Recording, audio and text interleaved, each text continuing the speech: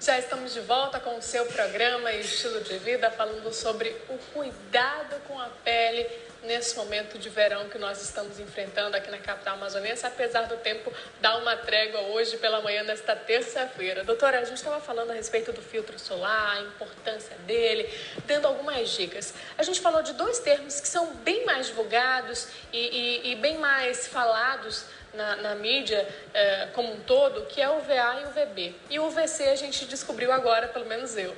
E a gente encontra essas três, digamos assim, esses três termos dentro de um filtro solar e um protetor solar?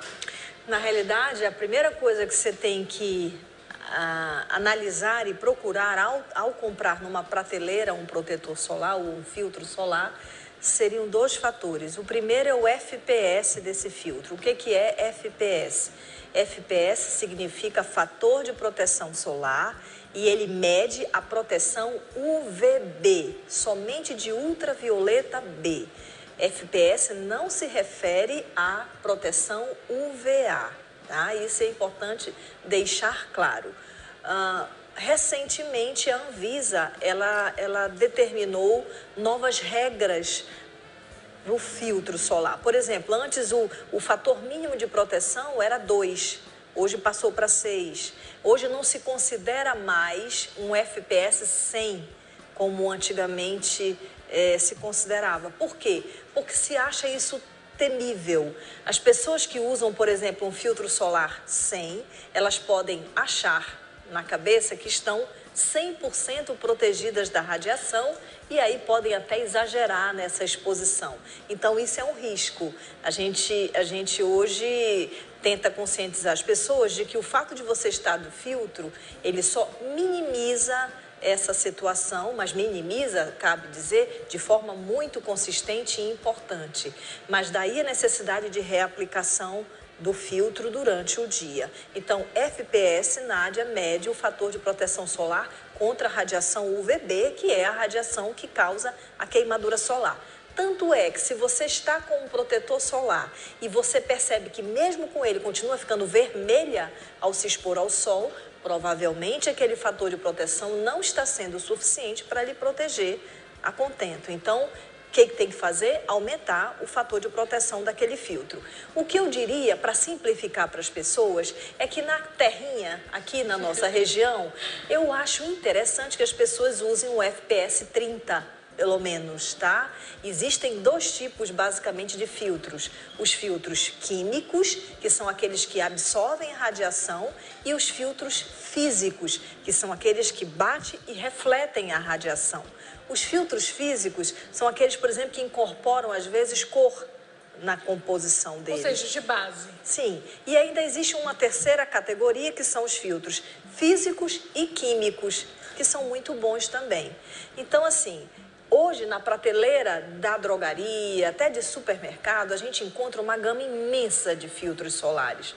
Mas os dois pontos mais importantes são o FPS, que tem que ser considerável, e a proteção UVA. Como é que se mede a proteção UVA? Através do FPUVA, fator de proteção UVA. Existe uma sigla chamada PPD, que chama Persistent Pigment Darkening, que mede a tua proteção contra a UVA, que ela é medida em cruzes. O que se sabe que o fator de proteção UVA tem que ser pelo menos de 1/3 da UVB. Exemplo, se um filtro é FPS 30, o FPUVA tem que ser pelo menos 10, entendeu? Então, isso é uma regra que precisa ser obedecida nos filtros solares em geral, em regra.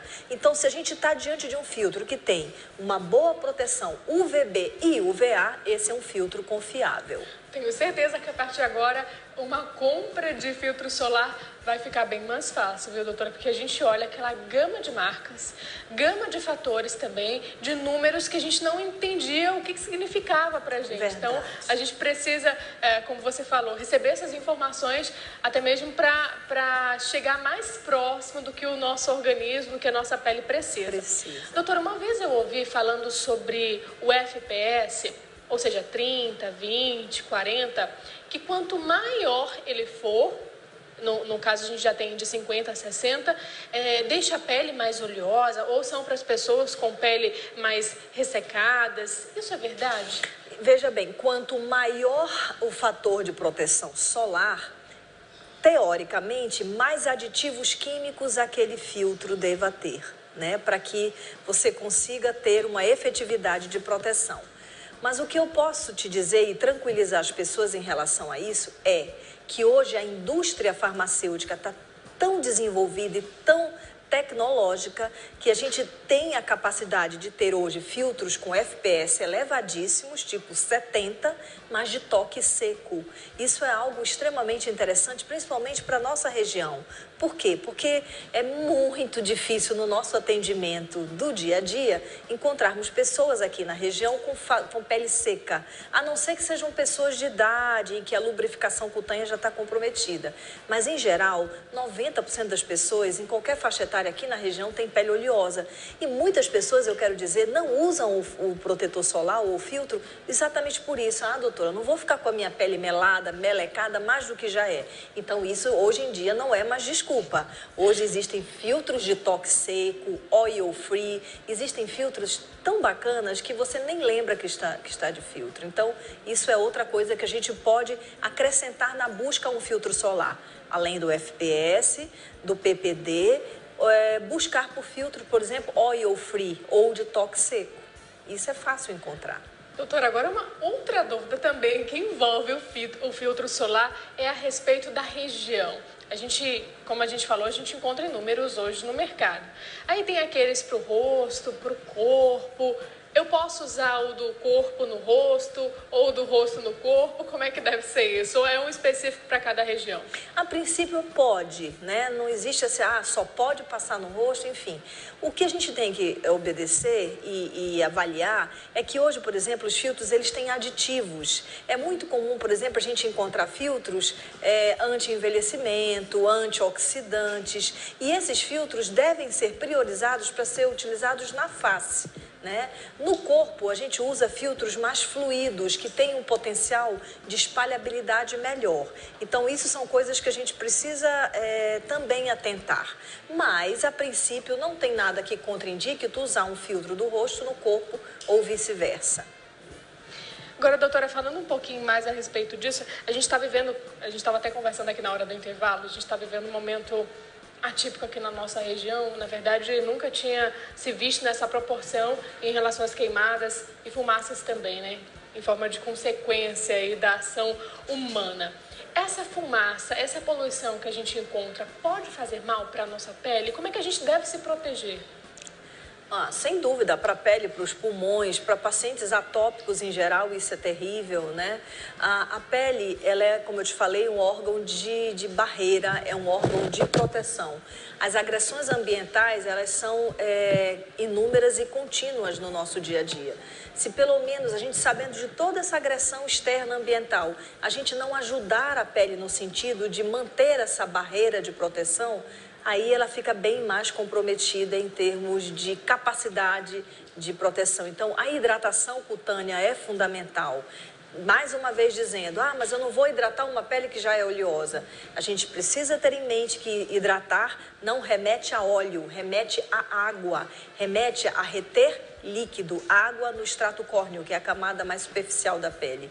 Então, a hidratação da superfície da pele é fundamental e a utilização do protetor solar, isso pode minimizar essas agressões ambientais. Doutora, a gente já tem participações através do nosso WhatsApp e vem daqui da capital amazonense. Quem mandou pra gente foi a Bianca e ela está preocupada com a proteção também durante o período gestacional. Ela pergunta qual o filtro solar mais indicado para a gestante. Boa pergunta. A gestante, ela tem uma capacidade absortiva pela pele bem maior do que a mulher não grávida. E por ter essa capacidade de absorção maior, a gente tem que estar atento porque ela tem o bebê. Então, não é toda substância que ela pode utilizar no período gestacional.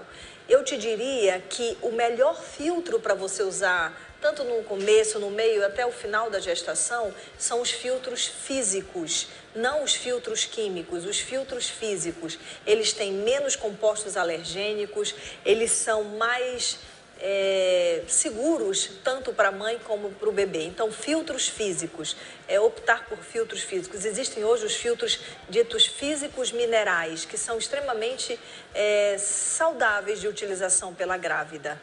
Doutora, a gente tem uma outra participação agora de Rondônia. O telespectador não se identificou, mas ele diz, a Noelle, desculpa, a produção já passou para mim, obrigada pela sua participação. E ela diz assim, qual o filtro solar mais indicado para quem tem alergias? Ela fala que ela é muito alérgica. E pergunta ainda a produção a respeito de uma outra situação, né? Você pode repetir para mim, por favor, Manu? Enquanto isso, doutora, a gente vai respondendo enquanto ela me fala outra pergunta. É outra população que tem muita dificuldade de aderir a esse hábito. Por quê? Porque são peles extremamente sensíveis e isso não é invenção dela, não. Ela realmente deve ter uma sensibilidade exacerbada em relação às outras pessoas. Mas, Nádia, isso também já é sanado hoje em dia através da indústria farmacêutica. Existem filtros hipoalergênicos, filtros livres, por exemplo, de PABA, que é uma substância altamente alergizante. Existem filtros específicos para a população atópica alérgica. Procurar sempre no rótulo. Filtro hipoalergênico, PABA free, enfim, são coisas que me induzem a pensar que é um filtro mais específico, por exemplo, para essa população de pessoas alérgicas. O filtro físico é outra opção.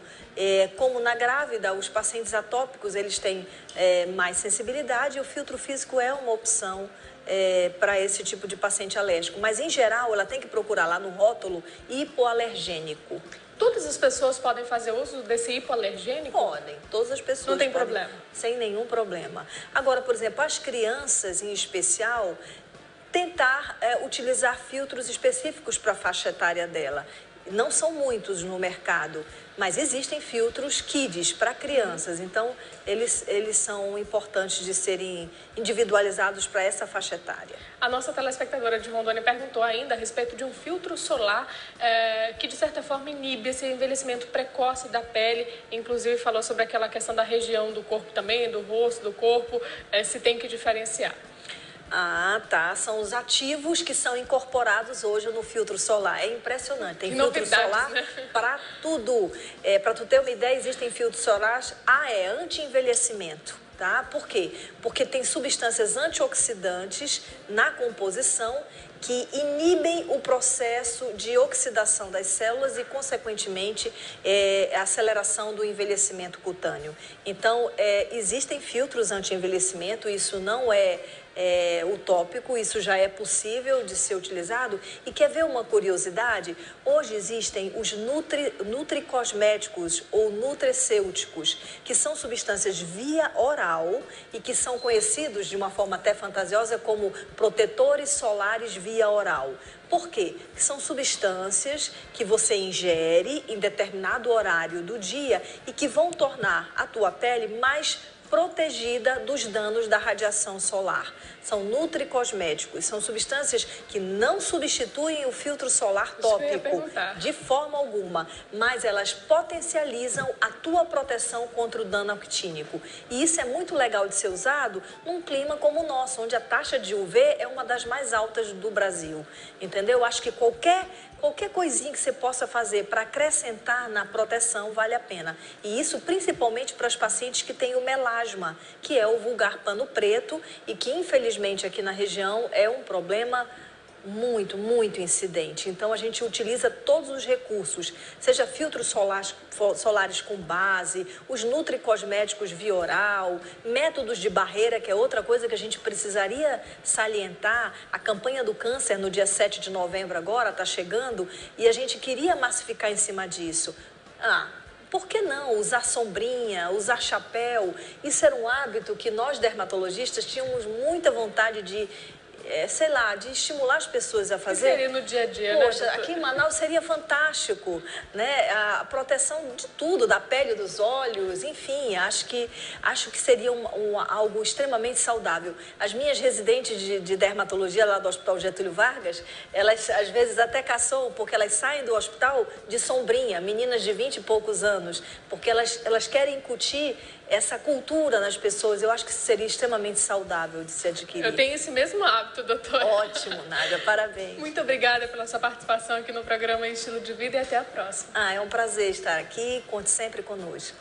Bom, e para você de casa, não saia daí, porque tem mais entrevistas a respeito desse calor amazônico. Daqui a pouquinho a gente vai falar como proteger os nossos olhos perante esse sol intenso aqui da nossa capital. Então você de casa, não saia daí que a gente volta já.